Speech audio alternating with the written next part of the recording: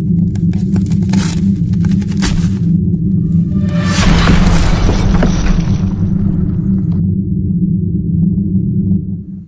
guys, welcome to Fantasy Tip. Max with you for the last weekend ads video of 2023. I hope you guys had a Merry Christmas and I hope you enjoyed your little break from fantasy that we got. But now it's time to get back to business and start the new year on the right foot. Without further ado, I'll jump right into it. We have a heavy schedule this weekend where we have 9 games on Friday, 9 games on Saturday, and 9 games on Sunday. Quite unorthodox. For the Friday and Saturday segment, we have 8 teams. We have the Columbus Blue Jackets, the Florida Panthers, the Nashville Predators, the New Jersey Devils, the New York Rangers, the St. Louis Blues, the Toronto Maple Leafs, and the Washington Capitals. Speaking of the Capitals, we have Dylan Strome at numero uno with 5 goals, 4 assists, 9 points in the last 9 games. Top line minutes, top power play time in Washington with Ovechkin. Very good pick. At number 2, Robert Thomas, who's been really good lately. He's got 14 points in the last 10 games. His line mate, Pavel Buchnevich, has been hot as well. He's got 2 goals, 3 assists in the last 2 games only. At number 4, Johnny Gaudreau. Is it time to finally buy low on Gaudreau long term? Yeah, I don't think so. But he does look amazing as a short-term streamer for this weekend. He's got 2 goals, 5 assists, 7 points in the last 5 games. Ride a hot streak. Okay, I know he's not on the list because while making the list and producing this video, I went over him thinking that he was well beyond 70% rostered, but Ryan O'Reilly is 59% rostered. Joke's on me. He's ranked 44th in my toughest cats league. He's ranked 79th in the content creators league, which is a points league. I mean, O'Reilly is a must start every weekend. Top line center, top power play option, 13 power play points on the season. He is a very good option this weekend. At number 5, Tom Wilson, incredible shot volume, incredible hit volume, great deployment on the first line and first power play. He is a hot option this weekend if you're lucky and he's on your waiver wire. Speaking of big guys, we have Adam Fantilli, who's back on the list. He centers the first line with Johnny Hockey, but now plays PP2. Number 7, Brayden Schenn has been kind of cold lately, going pointless in the last 7 games, but his ability to shoot, hit, win faceoff makes him a great fantasy player, even if he's a streaky one. He's still on the PP1, and I love the captain to break the slump this weekend. We also have Gustav Nyquist that went from being a great under 5% rostered player to a great under 10% rostered player. He is cemented on the Predators' first line and top power play unit. He doesn't get the pair-ifs, but he's always a boom candidate offensively.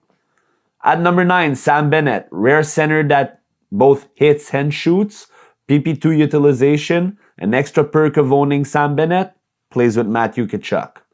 At number 10, Blake Wheeler. He was a streaming hit last weekend. He got 4 points in the last 3 games alongside Zibanejad and Chris Kreider on the top line. He also plays PP2. His teammate Lafreniere also plays PP2 with him and is right behind him on the depth chart on the second line. He plays with Artemi, Panarin, and Trocheck every night and just got out of a slump. We also have 2 Russians from Columbus, Yegor Shinakov and Kirill Marchenko. Who remember when Shinakov got drafted in the first round and everybody had questions about that pick? The beginning of his career has been kind of slow, but he's finally breaking out this year, having already beat his career best. He's up to 9 goals, 6 assists, 15 points in 24 games. He had 12 points in 10 games in the AHL this year and last year combined. Right now, he is on the PP1. He plays on the second line with fellow Russians Marchenko and Voronkov. Speaking of Marchenko, the sniper is up to 13 goals this season. He has tremendous shot volume, and they are both decent options for this weekend. Colton Sissons at 13. What a consistent player. The shorthanded specialist has been so good all around that he now has a place on the PP1 in Nashville. He's up to 19 points with 58 shots and 50 hits. At 14, we have a couple of Toronto Maple Leafs winger, Matthew Nice, Tyler Bertuzzi. They complete Mitch Marner, Austin Matthews, John Tavares, William Nylander. They are well surrounded and can explode at any time. The problem here remains consistency. Big boomer bust for both Leafs player. And if I had to pick a Devils player, just to put a Devils player out there, it would be Dawson Mercer, third line PP2, definitely only for deeper leagues. Now for the Friday and Sunday section, we have 8 teams as well. We have the Anaheim Ducks, the Colorado Avalanche, the Dallas Stars, the Detroit Red Wings, the New York Islanders, the Ottawa Senators, and the Philadelphia Flyers. We'll start with the gem of the week, Josh Norris, riding a 5-game goal streak, and this guy's got goals in 7 of the last 9 games. He's centering the first line and centering the PP1 in Ottawa, and he definitely is my pick of the week. At number 2, Matt Duchene. I streamed Duchene a long time ago, and he hasn't left my team since. So consistent, center and right wing, so you have room to maneuver him. He's been amazing recently, 5 goals, 7 assists, 12 points in the last 9 games. At number 3, Sean Couturier. Coots got goals in the back-to-back last weekend, and I can see him get productive again this weekend. Against teams like Seattle and Calgary, Philadelphia should get on the scoreboard. His teammate Owen Tippett finally started throwing the body around in December. His peripherals have been amazing. Shots, hits, consistent offensive production makes him a golden stream always. Tyler Seguin is the Robin to Duchene's Batman. He had his 5-game point streak snapped last Saturday, but he should get back on the scoreboard quite quickly. I'm going to be honest with you guys. I'm not sure where to rank the Ducks players. Trevor Zegras has been so underwhelming at the beginning of the year, and in his only game back, yes, he got the Michigan highlight reel goal, but he also got 5 shots and 2 hits. High risk, high reward when it comes to the Ducks players. We'll follow up with a couple of Islanders player. Anders Lee has a 3-game goal streak, including 5 points. Top line minutes, PP2 utilization. Cal Palmieri, 3 assists in the last 3 games. Second line minutes, PP1 for Palmieri. We also have Lucas Raymond, who only has 2 goals since November 22nd. That's why I'm a little hesitant with him. He's also playing with 2 very good two-way forwards in Veleno and Comfer. These guys are not offensive juggernauts, but Raymond remains a very good offensive young player that plays PP2. Vladimir Tarasenko has been boomer bust all year. He sits on the second line and second power play. I like Tarasenko a lot, but you never know when he's going to be elite or when he's going to be out there for a skate. Number 11, Jonathan Drouin finally starting to click with Nathan McKinnon on the power play. I feel like Drouin is a safer boomer bust candidate at this point. He's been centering the PP1 for a couple weeks now. He's been hot. He's got a goal, 5 assists, 6 points in the last 6 games, and he does play top 6 minutes. At 12, we have JT Compher centering line 2 in Detroit. Sneakily still on the wings PP1. Points aren't always there, but he plays above 21 minutes and he has good ice time. Nick Foligno at number 13. Line 1 with Bedard, PP1. Foligno was a golden streamer last week. He potted 2 goals against St. Louis and also got 4 hits and 3 blocks. At 14, we have Troy Terry, good shot volume. Maybe I should have ranked him a little higher, but truth is, I don't trust the Ducks that much, and they haven't been good to me when I call upon them. Terry's been good recently. He's got 5 points in the last 4 games. Another Ducks is Mason McTavish, pointless in the 2 games since he's been back, but pointless in the last 6 games that he took a part of. Still on the PP1 with Zegras and Terry, he should end his slump really soon. At 16, we have Philip Kurashev. Week after week, I tell you guys that he is one of the best under 5% rostered player in fantasy. Unfortunately, his percentage just keeps going down. At 2%, he is a bargain. He's got 19 points on the season. He plays first line minutes in Chicago, plays on the PP1 with Bedard. Just a good option, guys. Don't be shy. And we'll finish the segment with a bunch of Philadelphia Flyers players. They are so deep in terms of streaming options. Tyson Forster, first line, PP1 at the point. Joel Farabee, 3 points in the last 3 games. Morgan Frost has 2 goals in the last 2 games. Bobby Brink, a goal and an assist in the last 2 games. And the best bottom 6 forward in the NHL, Scott Laughton, with 2 points last weekend, including 8 shots and 5 hits. You can even add Cam Atkinson in here, who's on the PP2 but isn't as good as the rest overall. For the Saturday and Sunday segment, we have a couple of Winnipeg Jets to start the list. Nikolai Ehlers and Gabe Vilardi. Ehlers has 4 goals, 10 points in the last 5 games. Vilardi has 6 goals, 12 points during the same stretch. They've been absolutely incredible. At number 3, Pavel Zacha, who just came back from injury. He has 2 assists in the last 3 games, alongside David Pastrnak, of course. Couple of Sabres center here, Casey Middlestat, who has 7 points in the last 5 games. Although he is on the third line, he centers the PP1. Dylan Cousins is the center for the second line and the PP2. He's got 6 points in the last 5. And at number 5, Nick Paul, who's back on the first line with Braden Point and Nikita Kucherov. He hasn't lost his PP1 spot, which puts him in a great spot. Only 22% rostered, so if you're watching this video and you have kind of a deep league, this guy is the go-to guy. At 22%, you can't go wrong with Nick Paul. At number 6, Juraj Slafkovsky. Slav proved me right last week, getting 4 points in the back-to-back. 1 week later, he is still alongside Caulfield and Suzuki. He still gets the PP1 time. Load him up while he's hot. We also have Marco Rossi, who's got 5 goals, 4 assists, 9 points in 11 games. He's the second line center in Minnesota, and he plays on the PP1. He's been hot in December. At number 8, Ricard Raquel. Last time I said to buy low on Raquel, I flopped hard. Part 2 now. Buy low on Raquel. He plays next to Sidney Crosby and Jake Gwenzel. He is on the PP2. Forget the beginning of the season. I think the break that he had did him well. He's got 2 points and 9 shots in the last 3 games since he's been back, and it could be a sign for things to come. Riley Smith, his teammate, 3 points in the last 3 games. Better hope he gets on the scoreboard because his peripherals are really bad. At number 10, Josh Anderson kept his hot streak alive, 4 goals in the last 4 games. We also have Morgan Geekies that's been playing super well. Hard work pays off. He still has his place on the PP1 with McAvoy, Pastrnak, Marchand, and Zacha. 6 points in the last 7 games. Is winger on the third line, JVR. Of course, power play specialist, although he does his work from the PP2 spot. He has 21 points on the season. And another couple of Jets player, this time the second liners, Cole Perfetti and Alex Iafallo.